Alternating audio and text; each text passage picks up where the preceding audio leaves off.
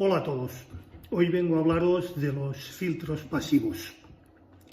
Hemos oído hablar una y mil veces sobre el tema de los filtros y casi siempre surgen las mismas preguntas. ¿Qué son? Y colocaros qué son, si no pongo unos, ¿pasará algo?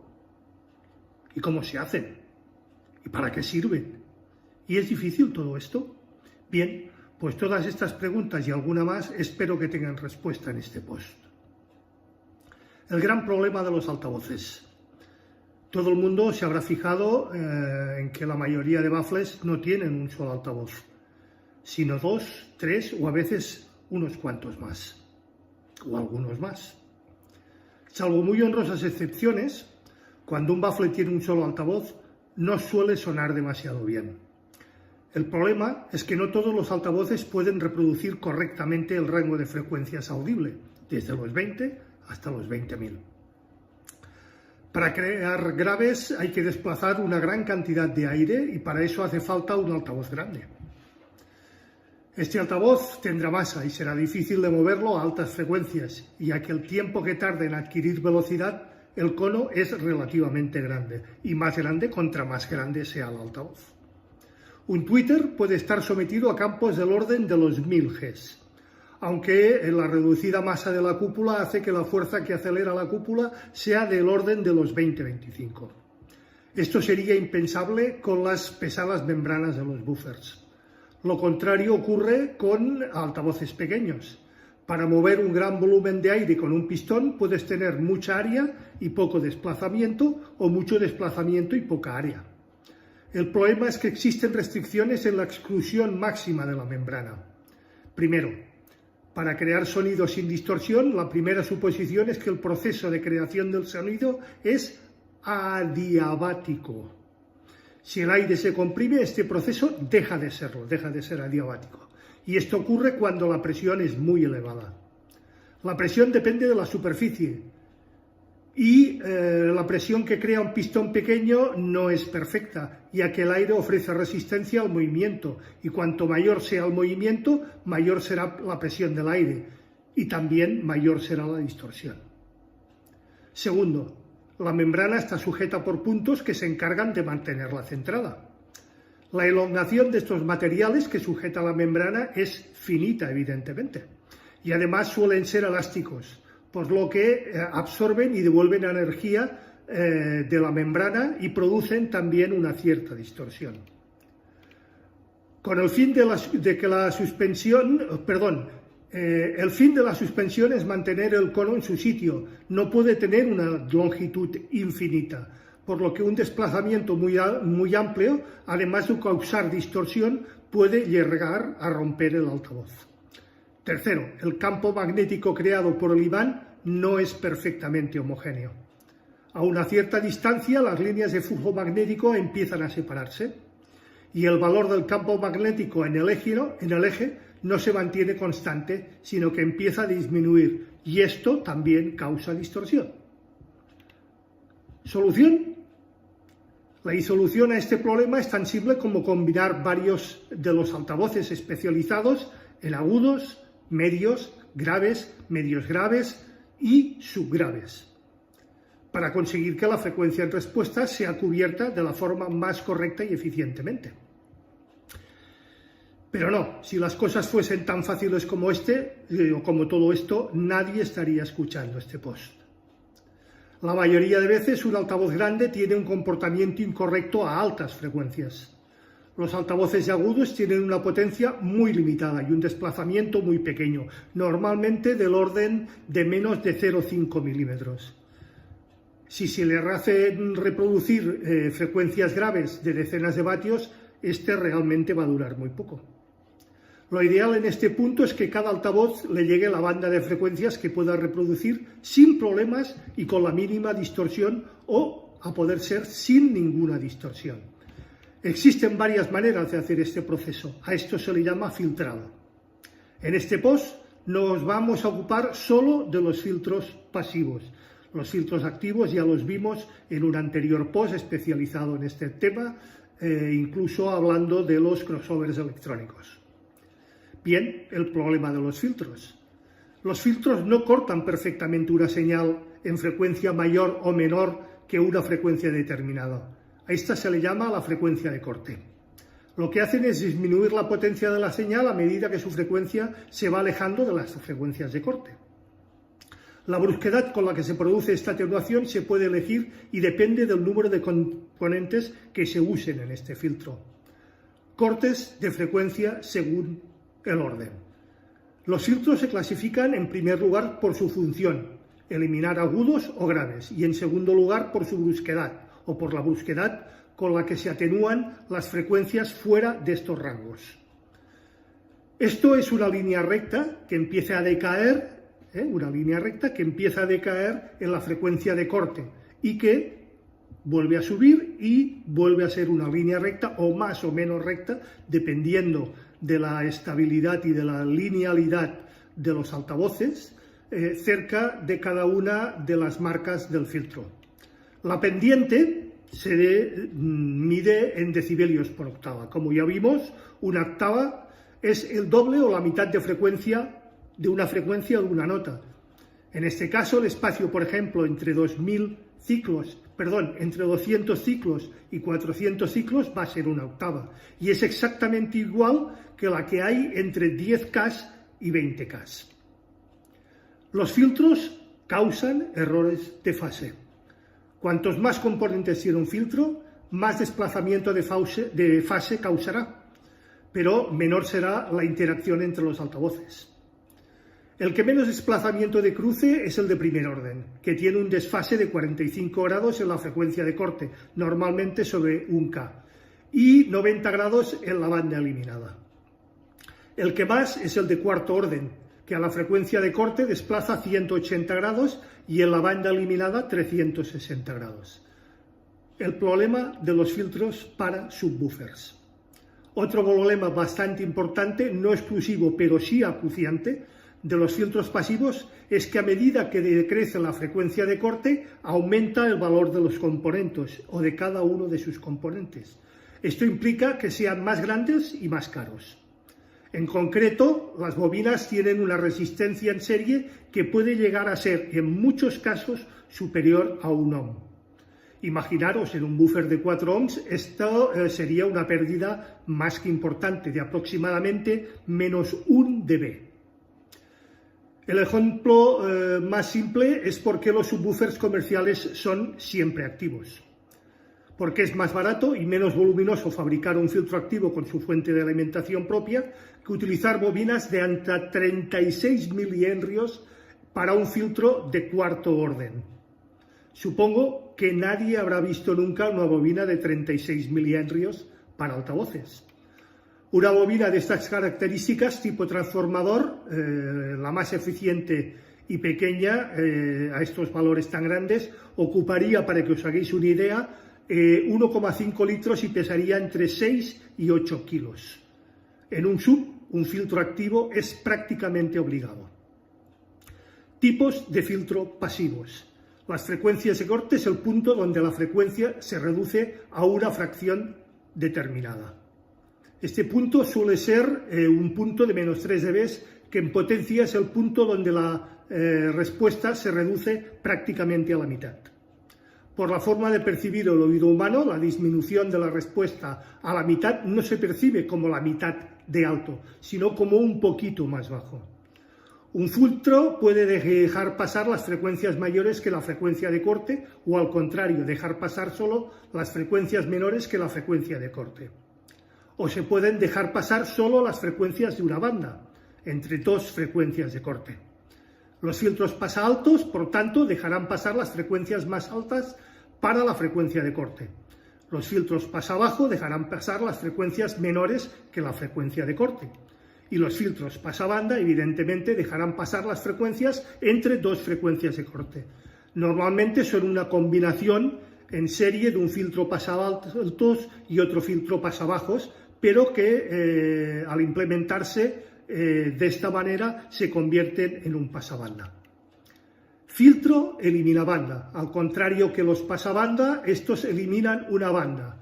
En altavoces no tiene mucho sentido.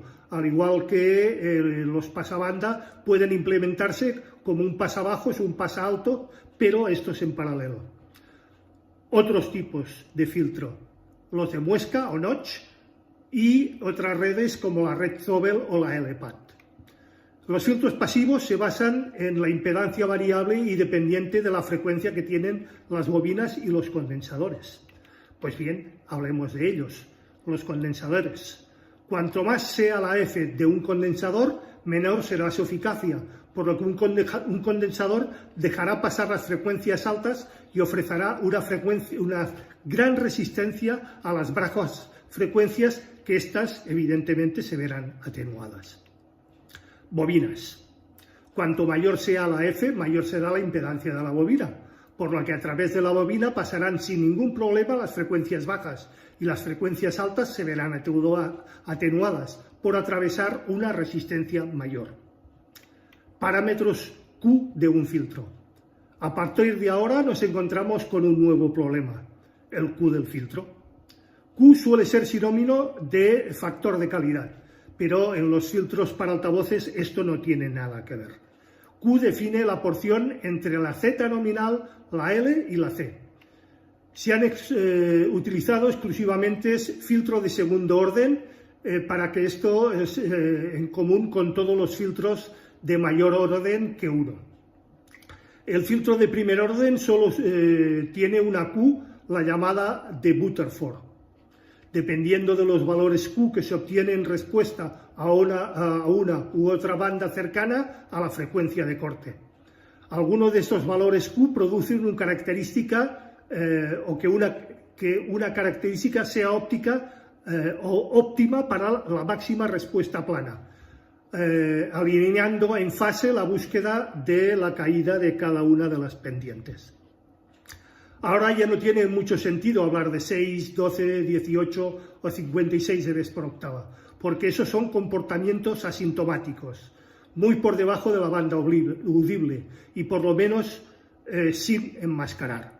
Sin embargo, nos referiremos al orden para indicar ese comportamiento. Los tipos de filtro más importantes en función de la Q para altavoces de audio son los siguientes. Los ya mencionados Butterworth producen la respuesta en frecuencia lo más plana posible. Los Chekenbiev producen la caída más brusca en todas y a pesar de tener un pico de respuesta cercana a la frecuencia de corte, este es el motivo por lo que no se usan demasiado. Los Bessel no caen tan rápido como los anteriores, pero producen menos errores de fase en todos y cada uno de sus cortes. Los Liquid Relay, el punto de corte no se produce a menos 3 dB, sino a menos 6 dB.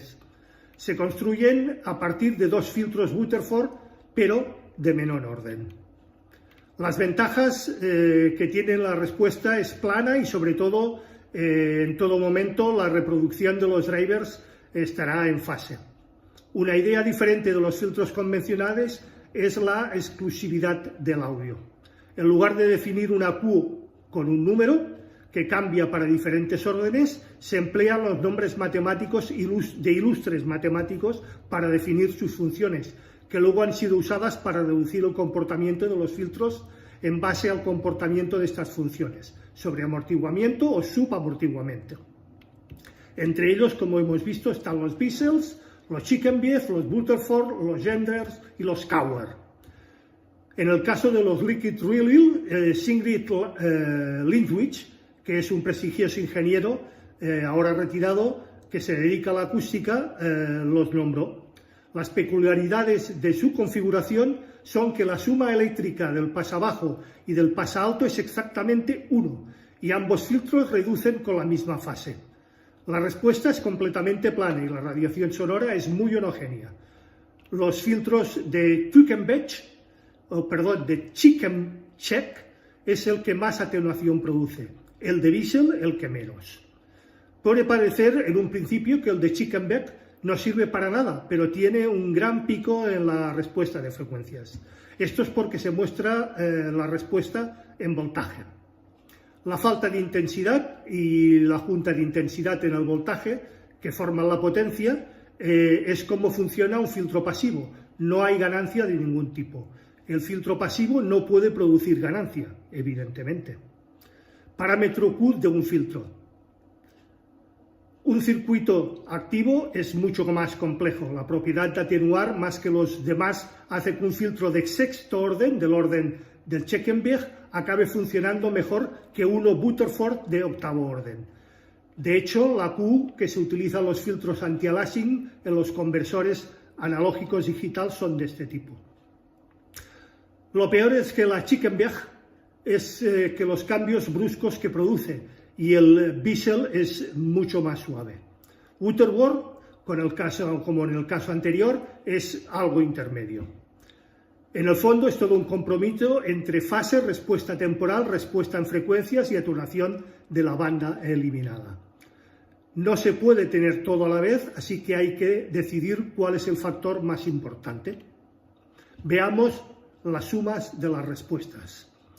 Una vez que la señal pasa por un filtro, llega al altavoz, pero quedan cosas pendientes. Queda por saber qué pasa con el sonido que sale del altavoz.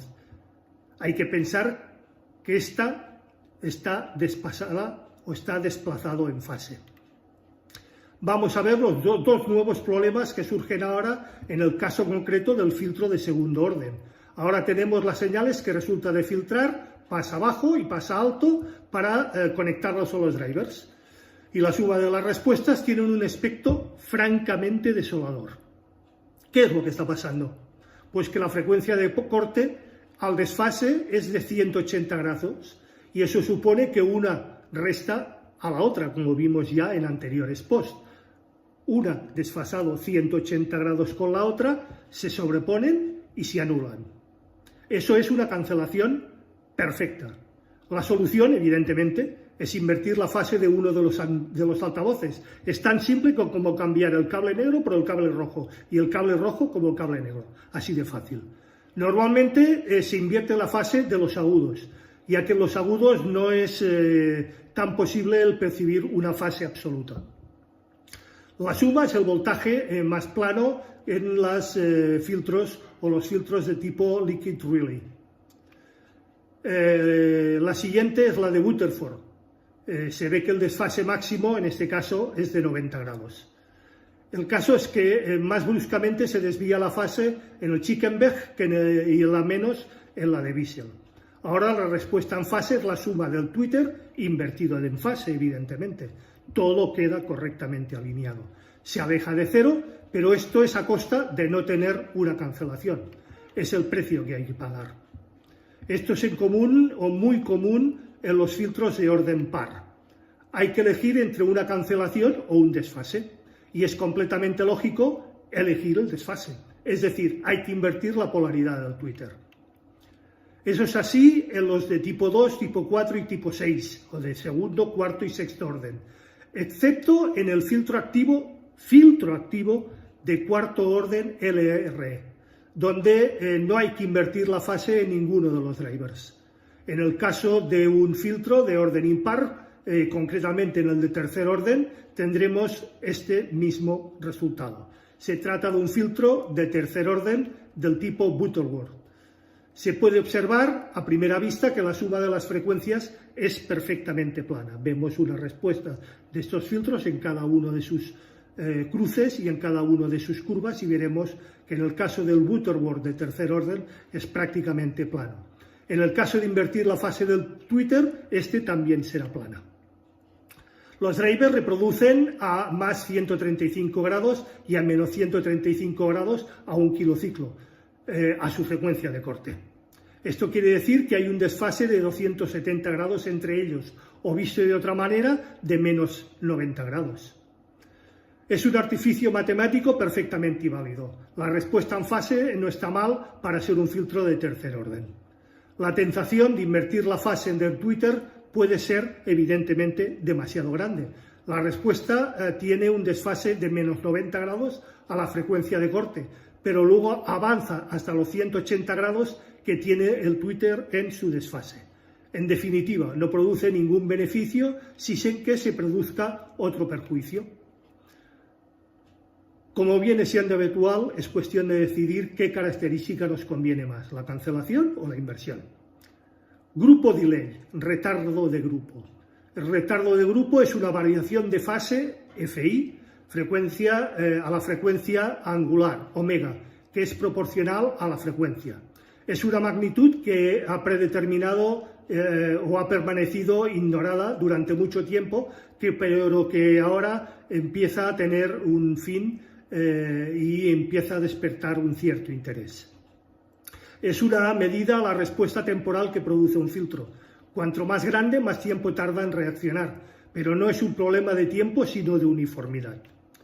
No podemos percibir un retraso absoluto en la música, como es pulsar, y como un delay de 300 milisegundos antes o después, pero se produce y se distingue cuando el platillo, por ejemplo, empieza a sonar con relación a un bombo. Se nota este desfase, este delay de 300 milisegundos.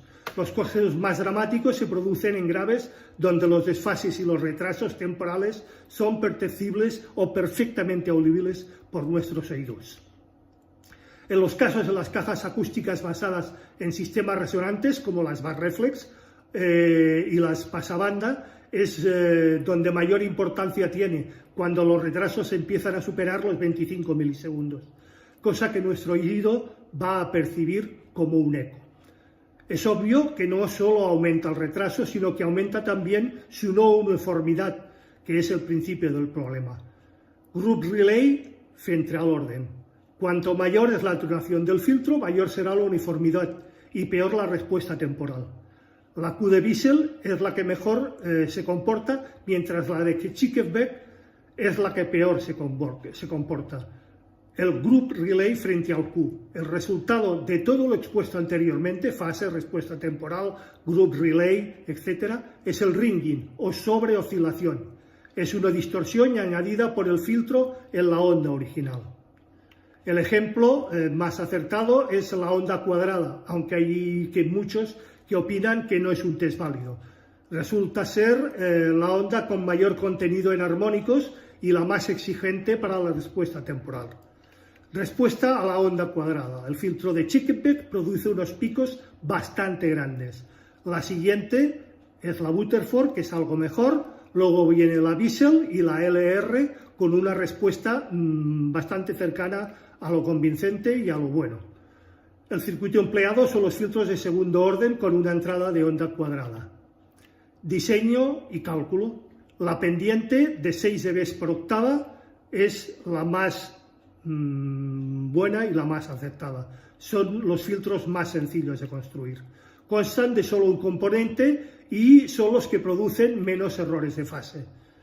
El problema, o como problema, hacen que los altavoces tengan que trabajar en un rango de frecuencias más amplio, muy amplio, cosa que, por ejemplo, los tweeters no les conviene demasiado, no les va demasiado bien. Filtro pasa alto, de primer orden, filtro pasa bajo, de primer orden, por ejemplo. La pendiente de la recta es de unos 12 dB por octava. Constan de 2 elementos por filtro. El corte es más brusco y producen menos errores de fase. A cambio, los altavoces pueden trabajar en un rango de frecuencias más estrecho o más reducido. En los tweeters con una cierta calidad se recomienda que la pendiente mínima del filtro sea esta, es decir, 12 dB por octava, para que no les afecten las frecuencias más bajas y tengamos problemas con ellos cercanos a la posible destrucción. Este es el tipo de filtro más usado, aunque yo personalmente le encuentro un grave problema o un gran problema. Causa graves errores de fase, como suelen hacer los filtros de orden par, como ya hemos visto. En el Rutherford, del desfase entre los altavoces es de 180 grados. En los Rickel-Riley no causa errores de fase, pero la polaridad de uno de los altavoces debe estar invertida, como ya hemos visto. En el Rutherford también se recomienda este desfase. De esta manera, si el desfase es de 180 grados y la fase en la que se reproduce el altavoz es de más o menos 180 grados, esto produce 0 o 360 grados, es decir, que todo quedará en fase. Se construyen con un componente en serie, una bobina o un condensador, y el componente complementario en paralelo con el altavoz. Esto se da en los filtros pasa bajo de segundo orden y en los filtros pasa alto de segundo orden. La pendiente asintomática de la recta es de unos 18 dB por octava. La atenuación de las frecuencias es bastante brusca en el punto de corte. Las frecuencias que están en fase y los desplazamientos de fase se respetan con el rango de frecuencias, por lo que todo son correctos y también más que evidentes. A veces es necesario usar un tipo o ese tipo de filtros, por ejemplo, en altavoces muy próximos a su final de rango de frecuencias, pero en este caso es mucho mejor que sean filtros activos. La acumulación de componentes degrada la señal y otra excepción la constituyen los tweeters, donde sí puede ser interesante utilizar este tipo de filtros o mayor para evitar una excesiva extrusión en su cúpula. Ya hemos visto una extrusión de 0,5 milímetros. Esto se da en los filtros pasa altos y pasa bajos de tercer orden. Cuarto orden o liquid relay. La pendiente de la recta es de 24 dB por octava. Cada filtro consta de 4 componentes, 2 bobinas y 2 condensadores.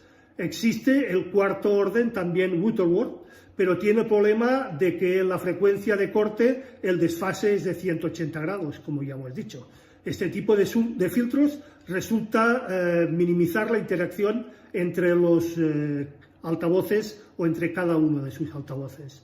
En la frecuencia de corte los dos altavoces estarán en fase y la respuesta es plana. Los componentes en serie degradan la señal y tienen dos problemas, por lo que también es recomendable que sean del tipo de filtros activos. Los altavoces con diafragmas rígidos, cuya operación fuera del rango puede ser caótica, este tipo de filtros va a ser su última o única opción.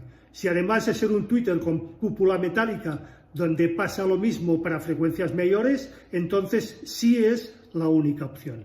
Esto se da en los filtros pasa altos y pasa bajos de cuarto orden, pasa altos de primer orden, pasa bajos de primer orden, pasa altos y pasa bajos de segundo, pasa altos y pasa bajos de tercero, y pasa alto y pasa bajos de cuarto.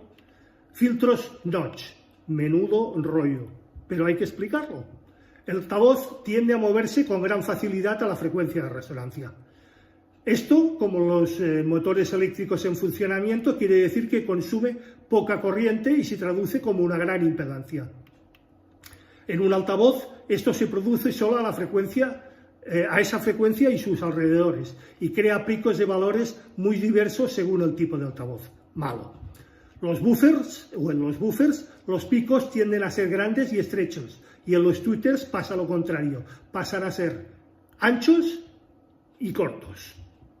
El caso es que este pico de impedancia interacciona con el filtro y es un problema más que serio, sobre todo en los diseños donde se trabaja cerca de la frecuencia de resonancia del driver. El uso habitual del filtro notch es corregir este pico de impedancia y dejarla lo más plana posible para que el filtro pueda funcionar correctamente. También el filtro notch sirve para ecualizar picos de frecuencia, la resonancia del diafragma, etc. Se hace con una resistencia en serie con toda la red RLC y con el driver. Su comportamiento es el de una red atenuadora del tipo LPAD, pero esta, a diferencia de la R2 en el LPAD, es selectiva a la frecuencia. Filtro notch, corrector de impedancia. Es una solución al pico de impedancia empleada especialmente en el tweeter de ferrofluido. El ferrofluido es un aceite con partículas magnéticas en suspensión que elimina prácticamente los picos de impedancia. Habréis oído hablar, supongo, de los tweeters de ferrofluido. Redes de atenuación LPAD. Normalmente la eficiencia de un tweeter es mayor que la de un buffer. Esto quiere decir que recibiendo la misma potencia en RMS, el tweeter producirá más sonidos o mayor sensación de sonidos que el tweeter, y la respuesta en frecuencias no será plana. Existe una manera muy sencilla de evitar esto. Hay que evitar que el tweeter aproveche toda la potencia y es necesario que parte de esta potencia se pierda. Este se consigue añadiendo una resistencia suficientemente grande. El problema es que los filtros están preparados para trabajar con una determinada impedancia y si esta varía, el componente o el comportamiento de los filtros no va a ser el mismo y no va a ser correcto. Mediante resistencias en serie y paralelo se puede conseguir que la impedancia vista por el filtro sea la misma y la adecuada. y que parte de la potencia se pierda en las resistencias, con lo cual el filtro funciona bien y se obtiene la respuesta lo más plana posible. Redes Zobel. Los altavoces tienen inductancia, porque tienen una bobina, evidentemente, que cuando le pasa corriente es la que se encarga de reaccionar contra el campo magnético del imán, lo que pone en movimiento el diafragma. El problema es que los filtros necesitan una impedancia constante que funcione correctamente. Si la impedancia no es plana, aparecen picos de respuesta que cambian la Q e incluso pueden llegar a reducir el orden de respuesta de los filtros. Añadir una red Zobel no aumenta la pendiente de caída, le deja pasar todo lo que tiene que ser, sin que la inductancia del altavoz interactúe con el filtro. Es cierto añadir una red Zobel al grave y que le aumente la caída, porque la inductancia impide filtrar bien a la bobina, y con la red puesta en la impedancia es más plana y no hay inductancia. No aumenta su orden, lo que pasa es sin ser la red al orden o su orden disminuye. La red Zobel. Se observan los efectos de la red Zobel en un filtro de tercer orden, allí por los 2K, en un altavoz de 8 ohms y una inductancia de 0,8 miliamperios, caso que puede tratarse perfectamente con un altavoz de 6,5 u 8 pulgadas en una configuración de varias vías. La respuesta del circuito ideal se ha desplazado ligeramente hacia abajo en ambos casos porque coincide con el circuito de red Zobel. Las conclusiones son obvias. Sobre la fase, desengaño con los filtros de primer orden. Los altavoces reproducen su propia fase.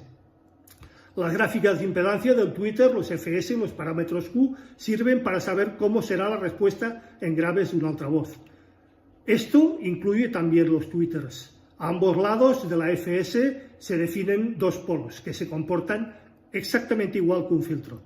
Si el tweeter tiene FS de 1000 ciclos, en un tweeter normal se pueden pensar que sus polos estarán entre los 750 y los 1500 Hz.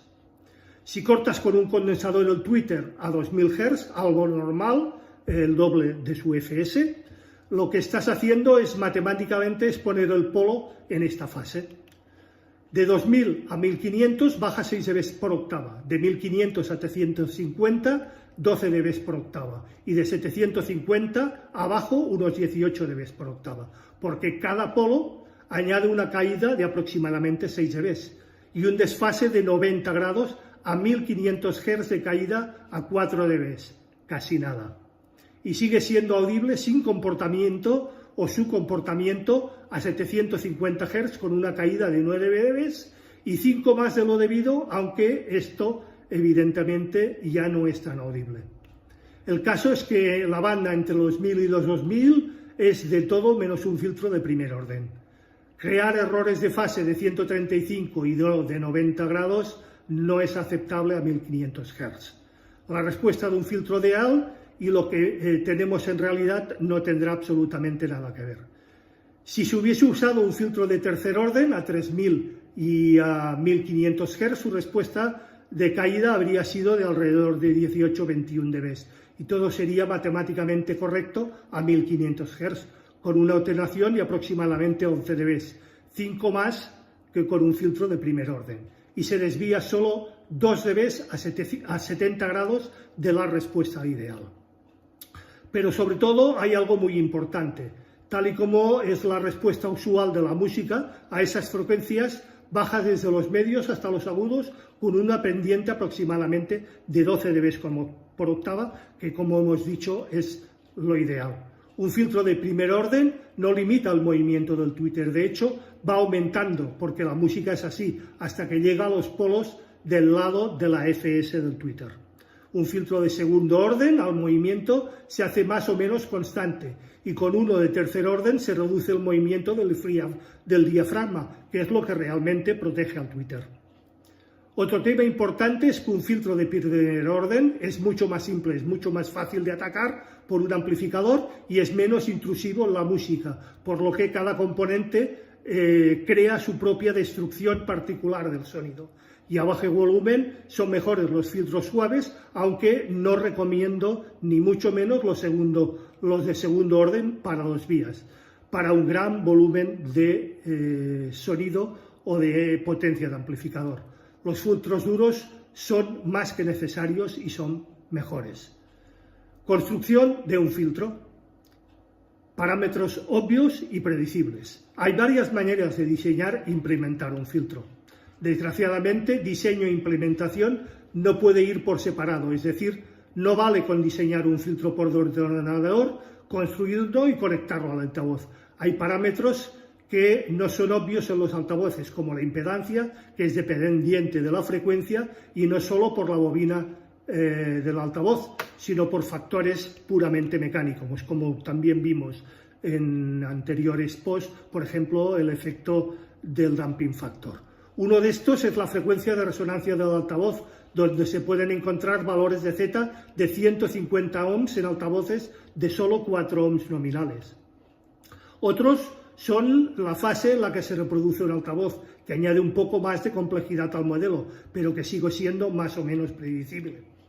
Por otro lado están los efectos no predecibles, en especial la capacidad del altavoz para reproducir parte de la banda que le corresponde sin crear distorsión o coloración. Esto solo se puede comprobar experimentalmente y aplicar un diseño de filtro a medida en cada caso y para cada altavoz. Las restricciones de potencia son obvias. Si se pretende usar altavoces a gran volumen, la frecuencia de corte del tweeter no debe ser muy baja y la pendiente del filtro debe ser como mínimo, como ya hemos dicho, del orden del 12 o 18 dB en cualquier caso. Aunque no se rompa, si no aplicamos eso, no sonará bien. Hay otras restricciones derivadas que no son tan obvias, como por ejemplo la resistencia DC de una bobina. Su potencia determina la cantidad de cobre de su sección, pero esta área es inversamente proporcional a su RDC, que interactúa de manera muy notable con los filtros. Las frecuencias de corte de los filtros deben estar alejadas como mínimo 2 octavas de la frecuencia de resonancia del altavoz a los que estén destinados. Si no, se usa un filtro notch, como ya hemos visto. Comprar un filtro hecho es una opción. Si crees que puedes comprarlo hecho y suena bien, bueno, pues hay casos en los que puede pasar, pero normalmente solo será cuando tengas todos los componentes del mismo fabricante y marca, y rara vez pasa eso. Las casas desarrollan filtros pensados en sus propios altavoces y sus propios componentes, por lo que esta ya es una condición importante. Por otra parte está que las casas hacen que no tienen que ser lo mejor del mundo, es decir, un buen fabricante de altavoces o un buen fabricante de tweeters no tiene por qué hacer unos buenos buffers, un buen fabricante de buffers no tiene por qué hacer medios buenos y estos no tienen por qué hacer unos buenos filtros. Existen muchos casos en los que el resultado satisfactorio es un kit completo de una misma marca. Prueba y lógica. Piensa seriamente cómo hacer el filtro. Esta es la parte más dura de construir un altavoz. Puede ser que ni siquiera exista un filtro que haga que 2 altavoces funcionen juntos. Es realmente un problema y una labor más que ardua, como habréis, supongo, que entendido a lo largo de mi explicación. Esto, dentro de lo obvio, por ejemplo, no se puede hacer en un 2 vías con un 18 pulgadas y un tweeter. No tiene ningún sentido. Un 18 pulgadas tiene una frecuencia de respuestas y un tweeter de 1 pulgada tiene otras. Como no le pongamos un medio, mal vamos. Esto sería realmente raro. Solo pasa con altavoces de muy buena calidad y difíciles de domar, como los de diafragma rígido y en general cuando la tonalidad o su tonalidad va a ser muy diferente. Pero no te des por vencido. El filtro es el último paso. Conviene tener algo en nuestra mente en las respuestas de frecuencias como un buen micrófono, una grabación de ruido rosa y un analizador de frecuencias para el ordenador o bien autónomo, un analizador de espectros con su propio micrófono. El resultado final es tan simple como que tiene que gustarte a ti. Es decir, toda esta parafernalia, todo lo explicado, no tiene ninguna importancia si a ti no te suena bien. Lo importante es qué escuchamos y cómo lo escuchamos y si nos gusta. Todo lo demás son parafernalias eléctricas. Conviene tener la referencia auditiva de un altavoz bueno o muy bueno, evidentemente, porque después de horas de escucha se pierde la noción de lo que está bien o mal. Lo que es seguro es que te acabas acostumbrando de cómo suena tu altavoz, o no, y que haya algo correcto que suene lo mejor posible. La implementación. Es muy recomendable utilizar componentes de buena calidad. Recomiendo especialmente usar resistencias de film metálico para la atenuación en los tweeters. Si no, antes de usar resistencias bobinadas, es mejor que uses resistencias de película de carbón. Sobre las bobinas, a no ser que sea imprescindible, no recomiendo usar bobinas con núcleo de ferrita, sino bobinas al aire, jamás con ferrita.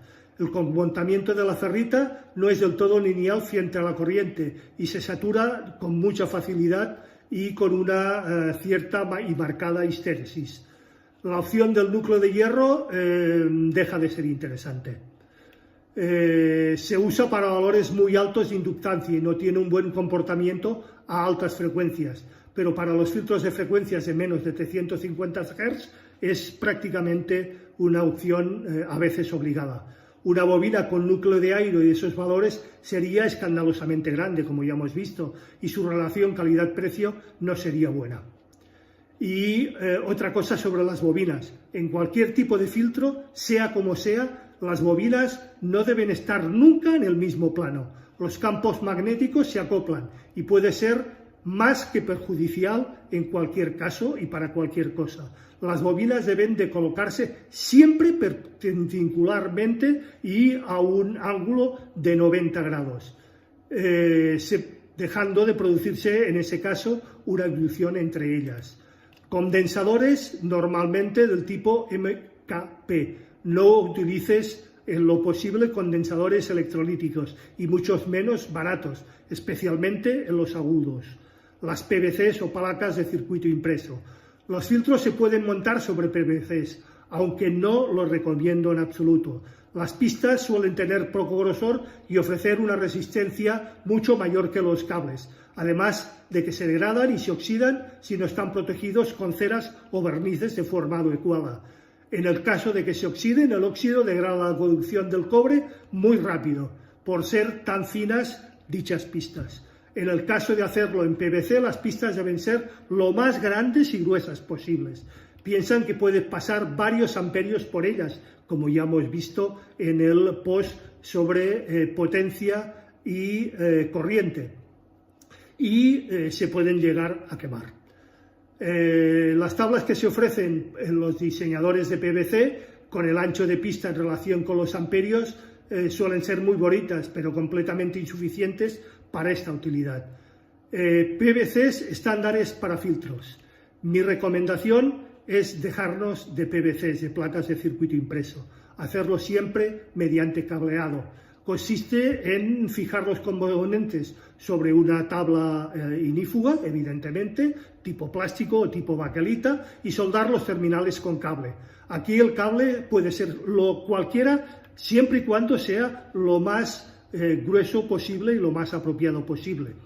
Evita usar conectores, por lo menos en la versión definitiva de tu filtro. Se oxidan y por ellos pueden pasar, como ya hemos dicho, varios amperios, siendo nada recomendable su utilización. Siempre es mejor una soldadora. Para un altavoz esto se produce solo a esa frecuencia y a sus alrededores y crea picos de valores muy diversos según el tipo de altavoz. En los en los buffers, los picos suelen ser grandes y estrechos, y en los tweeters todo lo contrario, como ya hemos visto. El caso es que este pico de inductancia interacciona con el filtro y es un problema serio, sobre todo en los diseños donde se trabaja cerca de la frecuencia de resonancia de los drivers o de los altavoces. El uso habitual de un filtro notch es corregir su pico de impedancia y dejarla plana para este filtro, para que el filtro funcione bien. pero sería complicar mucho más el filtro. Bien, creo que ha sido un rollo terrible, había que explicarlo. Construir un filtro no es fácil, tiene su gran importancia, su gran complejidad. Un filtro y los componentes que lo comportan, como hemos visto, es muy fácil que creen distorsiones. Hay que hacer las cosas bien hechas y lo ideal es dejarnos de tonterías. Si tenemos un kit con altavoces de un fabricante y con su filtro correspondiente, mucho mejor. Si podemos permitirnos el lujo de tener unas cajas ya construidas, mucho mejor. Y esto es todo por hoy, que creo que no ha sido poco. Quedo abierto, como siempre, a cualquier pregunta, aclaración, cuestión, sugerencia por vuestra parte. Como siempre, será puntualmente respuesta. Recordad, si os ha gustado, dadle al like. Es muy importante para mí. Gracias. Compartid el post y así ayudáis al canal a crecer. Suscribiros si no lo estáis ya. Comentad si os ha gustado con vuestros allegados y en vuestras redes sociales. Y acordaros darle a la campanilla gris para que YouTube os avise de cualquier novedad en el canal.